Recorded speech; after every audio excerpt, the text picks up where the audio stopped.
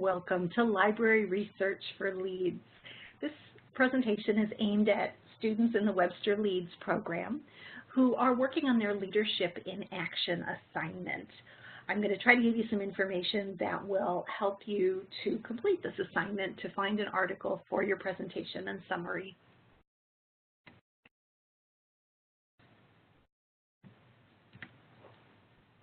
I'm your presenter today. I am Holly. I am one of the librarians at the St. Louis campus. And one of the most important things to remember is to ask for help. There are a number of librarians at this campus standing by to help you. I've got at the bottom of this page our Contact a Librarian page, which includes all the different ways you can reach us. Just because you're taking this course online and perhaps are not physically located in St. Louis where you could walk into the library and ask a librarian for help, you can still call us. You can email us. We have 24/7 chat. So if at any time in your research you run into trouble, do reach out and ask us for some help. Remember the 20-minute rule. If you're looking for information and you're not finding anything relevant or good after 20 minutes, stop struggling and just contact a librarian. We are happy to help, and we can really save you time. The other most important thing that I'd like you to know is to start your research early. If your assignment is due tomorrow, we can certainly help you find some information. We have a lot available through our website, but we are limited as far as the extra steps we can go to get you information. If you've got a week until your assignment is due, we can help you. We can request articles that you might need that perhaps are not in our collection. We're really willing to go above and beyond to get you what you need. But if you don't have a lot of time, we're all much more limited. So do start your research as soon as possible. We're going to begin at the library website, library.webster.edu, and I'm going to have you click on Articles Databases.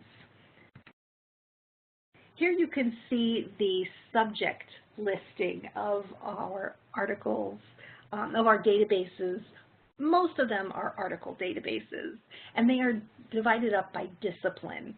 And really, every discipline probably covers leadership in some way. Education talks about leadership in schools, leadership in higher education.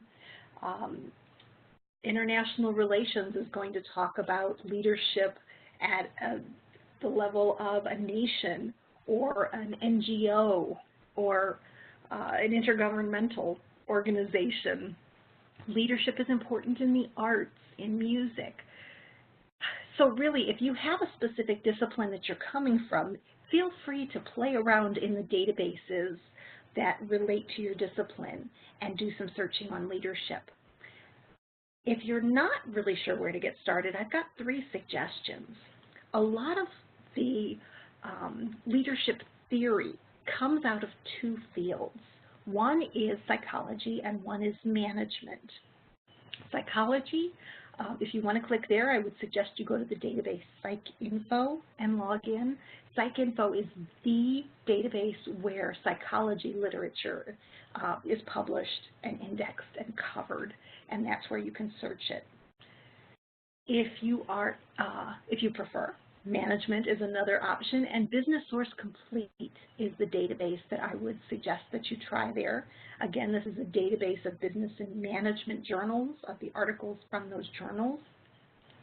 And you can pop in there and do some searching on leadership. If you're really not sure, a good place to start is a general academic database like Academic Search Complete.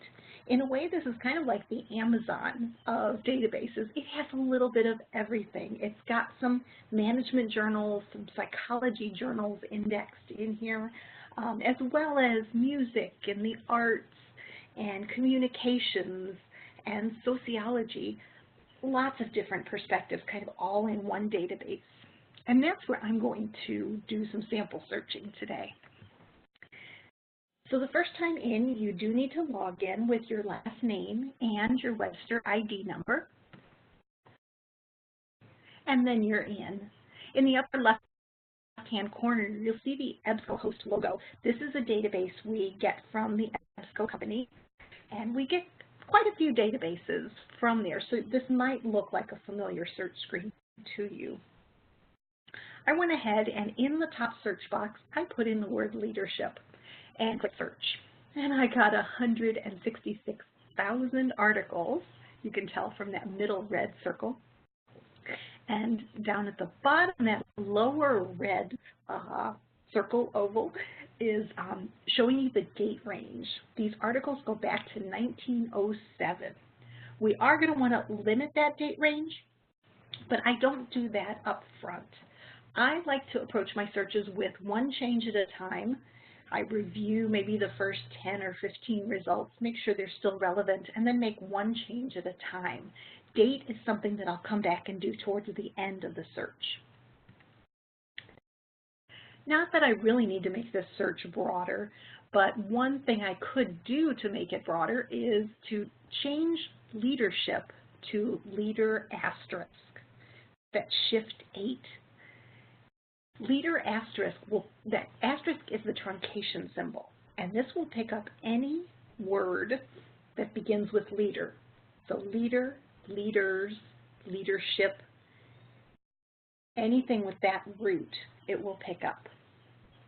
If you're interested in the word leading, we could back up and do LEAD asterisk, but I run into problems with that search because then I start getting into lead poisoning and some other variations. So you need to think carefully about where you want to break your word, what root you want to use. But in this case, leader with an asterisk does expand my pool of articles to over 400,000. And it does give us a little bit broader date range too, back to 1898.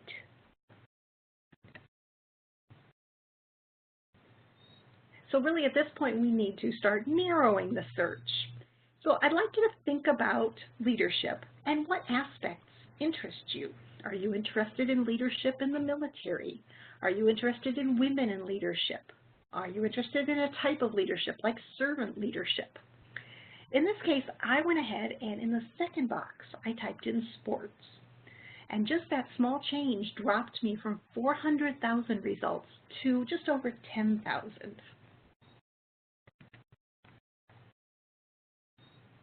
Again, not that I necessarily need to expand this search because it's still a lot of results, but another strategy I can use if I want to make my search a little broader is to think about specific sports.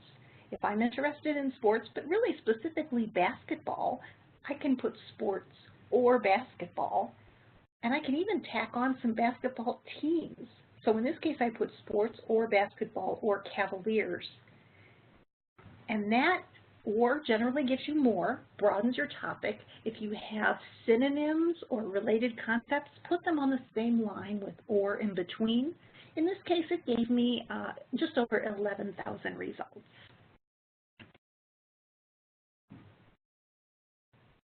So I keep playing that game, tacking on some words, seeing how the results are looking, and eventually I am going to want to narrow this down a little more.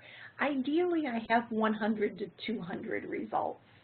In this case, we had talked about the date range. I'm probably going to use the date slider that you see on the left hand of the screen to slide over, maybe to look at articles from the last 5 to 10 years. There are other limits available on the left-hand side of the screen under source types. Normally, for almost every single assignment in your higher education career, I'm going to tell you to opt for academic journals. But in this particular case, you could go ahead and select magazines. Slightly not as high quality type of literature, but for this particular assignment it will work. And I don't know if you noticed as I've been showing you some of these example searches, some of the results have not been in English. If I do want to limit to just English language articles, I can click on Language at the bottom left and opt for whatever language I choose. You will see in the assignment that a reference is made to the CRAAP method to determine the academic merit of the writing. And this is an evaluation test that you can apply to really any type of information, an interview you see on TV, a blog post, an article, a website. CRAAP stands for 5 elements. Currency is the first, that's the C, and that just asks you to consider, is the information timely? Have things changed? These days, the political situation is changing rapidly. If you want to write a paper about something in politics that's very newsworthy, you may want to make sure you have the very latest information, because dated information could be wildly inaccurate at this point. Relevance. Is this truly relevant to your assignment? Is the information at an appropriate level? Is it really aimed for the general public, for college students? Is it occasionally you could stumble across something that's from a children's magazine? You want to make sure that you've avoided that. So who is the intended audience? Is it relevant? The first A in the CRAAP evaluation test is authority. And this is one of the credentials of the people responsible, or the organization responsible for the information you're looking at. Does the writer have college degrees? If it's a scholarly paper, do they have credentials in that field? Or are you finding somebody who's, writing blog posts in their basement when perhaps they don't have the credentials that would really make your paper stand out as something academic and well-researched? If the source is an interview, what are the credentials of that person? In the case of this particular search, I'm going to be looking at an article from Sports Illustrated. So the credentials of the author may not be extremely noteworthy. They might be a solid sports journalist, but that's okay for this assignment. But it is something you want to take into consideration. Accuracy is the second A, and this is really important and really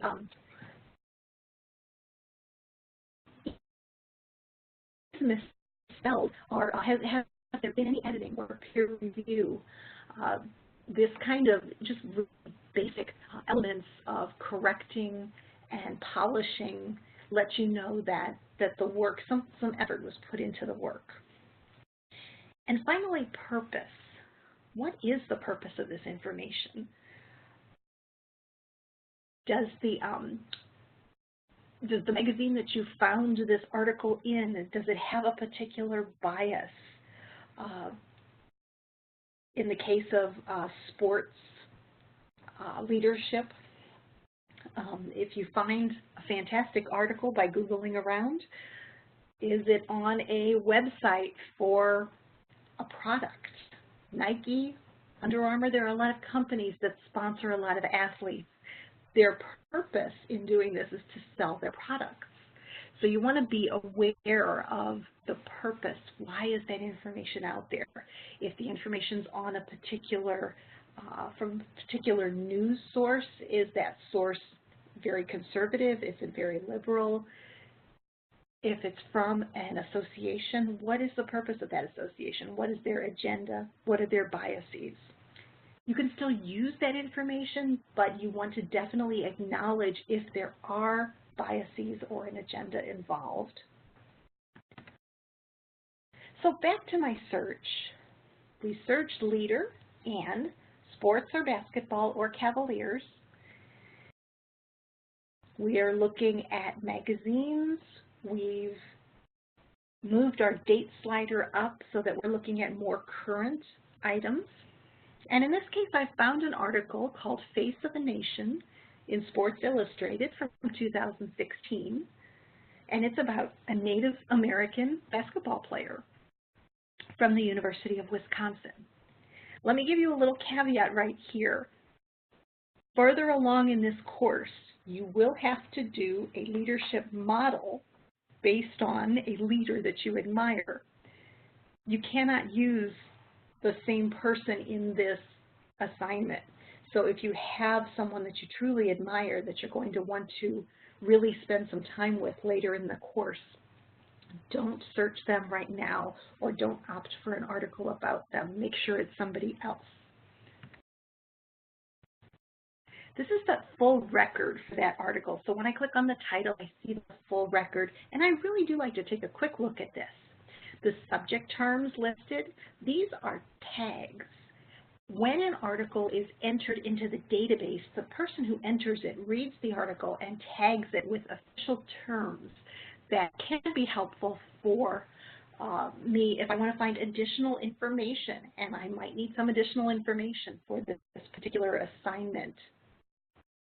The abstract is there giving me a little summary of the article so I know what I'm looking at. And another button I want you to be aware of in the full record is over on the right, and it says Cite. Here is an easy place where you can grab a citation. If I really like this article and I want to use it, I can click Cite. And I will see the citation in the most common citation styles that are used at the university. I went ahead and circled the APA version of the citation. One thing I do encourage students to do is if you are doing research in library databases on the web, open a Word document as you're working. And as you're finding great articles and saving them or printing them, capture the citation and plug it into your Word document. That way you'll have the information when you go to write your paper and create the citation. Do keep in mind that the citation that you pull from the databases is often wrong, and in this case this is an incorrect APA citation. But the problem is with capitalization, and that's very easy to fix. So I do encourage you to copy and paste the citation out of the database, but before you turn it in, make sure you look at your citation style that you're using and the elements that should be there, and particularly pay attention to capitalization because that's so easy to fix. But you can get marked down for turning in an improper citation. Of course, as you're searching for your articles, you want to get to the full article. And in most cases, you're going to see a link underneath in each record that's going to say full text, PDF full text. You can click there and get the article. But in some cases, the full article might not be there. And in this case, I've got a few articles here where the articles are not full text, and instead you'll see this logo and this link that says check ArticleLinker to see if full text is available. The first article is from a database called Public Manager, and the second article, or the last article that I'm looking at here, is from a journal called World. If I click on ArticleLinker for the first article from Public Manager, I find out it's in another database that we have access to. I just have to do one more click on the link that says download PDF, and I will have the full article. If I click on the ArticleLinker icon for that last article that was from the journal World, right away I'm told the article's not available. Webster doesn't have any access to it, but we'll get it for you. If you click Request It here, it will open our interlibrary loan tool. The first time in, you need to answer a few questions to set up your account, but afterwards, it's going to plug in all the information about the article for you, and you just click Submit. The articles tend to come in about 2 business days, and you'll get an email when it's in, giving you a link back into the interlibrary loan tool, and you can click on electronically received articles on the left, and the full article will be there. They stay for about a month, and then we have to pull them down because of copyright issues. There's no charge for this service. You just need to have a little bit of time. It's not going to work for you if the assignment's due tomorrow. But if you've got a week or two, we're happy to get any article that you need.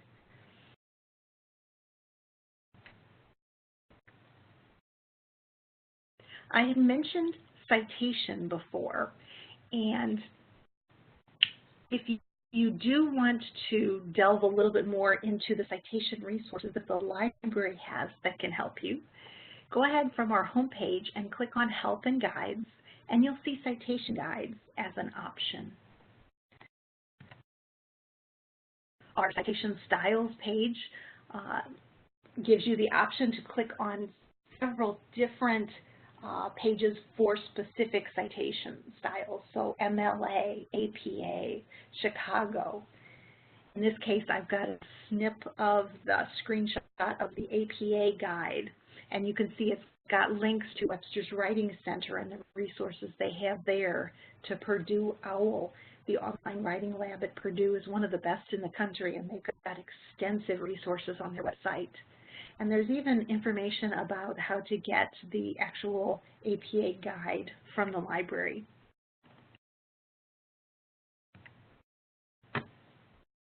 Good luck with this assignment. Librarians are standing by to help, so feel free to give us a call, send us an email, or get in one of those chat boxes and send us your question. Thank you for your time.